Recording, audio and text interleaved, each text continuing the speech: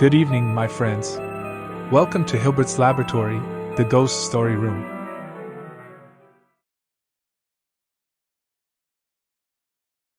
In Daxing District, Beijing, China, there is a prison commonly known as Nan Building. Because the prison building was in a barracks before 1949, there was only this 3-story building in Daxing, and the building was in the south, so it was called the South Building. But at that time we all called it the Triangle Building. This building is L-shaped, with a gate in the middle, and the two sides are called the East Tube and the West Tube.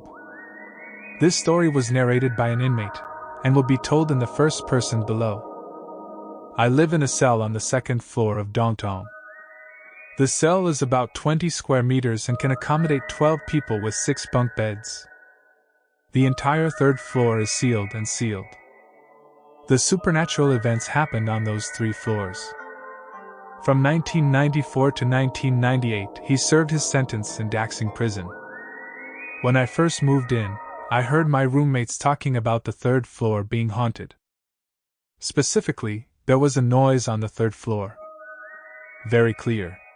I didn't quite believe it at the time and asked if it was a mouse, wild cat or something. The roommates smiled and said, "You will know after listening to it tonight." One night I was already in bed. There started to be movement upstairs. It was very clear. It was the sound of people walking around, and they were still pacing unhurriedly. From time to time, there was the sound of knocking on the iron fence.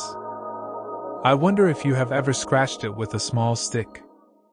Experience with long iron railings? It's that ding ding ding ding sound. I later reported this to the prison guards, but they said it had happened before. They used to rush up to the 3rd floor with batons when there was noise, but found nothing, and now they are used to it.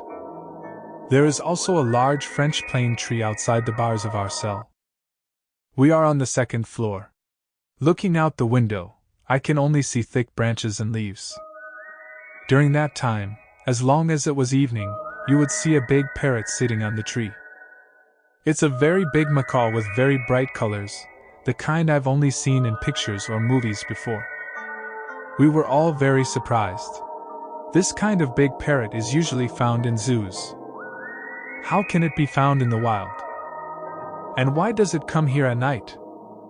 But we didn't think much about it. Occasionally we would tease it through the bars or throw it away. Something to eat, but it was never eaten. Once, the prison guard asked our class to clean the 3rd floor. Maybe they were scared because they were on duty at night. So I wanted to see what happened. Our class is an art class and does not participate in labor during the day. Our class is the only one in the building during the day. 2 policemen and a handyman took us to the 3rd floor. This handyman was the inmate in charge of the prisoners in the prison. The big iron door of the tunnel was locked with a big lock.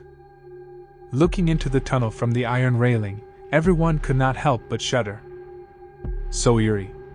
Although it was broad daylight, it was foggy inside, as if nothing could be seen through, and the ground was covered in dust, which made each of us shudder.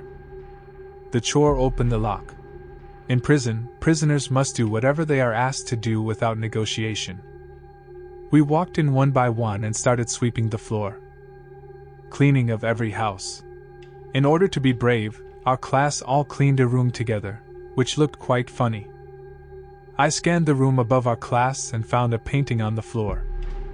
It was a print that looked like a wall calendar, but there was no calendar on it. It was as big as a wall calendar, and the paper was also made of modern paper. Above is a beauty. Not a movie star or a singer, no one knew this beauty. She was smiling, a very strange smile. It's so strange that people dare not take a second look. The strangest thing is that there is a big parrot on the shoulder of this beauty. It is exactly the same as the big parrot outside our window. I don't know who screamed strangely when I saw this painting. Maybe it was because of the atmosphere, but almost at the same time, we all ran out screaming. I still hold the painting in my hand. Trembling, I handed the painting to the leading police officer. He only glanced at it and said repeatedly, "Burn it, burn it." The painting was burned. At this moment, there was a loud noise in the tunnel.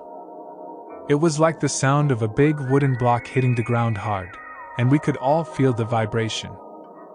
Everyone looked at each other, including the police. Since that day, there are no more big parrots outside the window. From that day on, the sound every night was much louder and more complex than before. There were cries, the sound of people dragging iron shackles while walking, etc.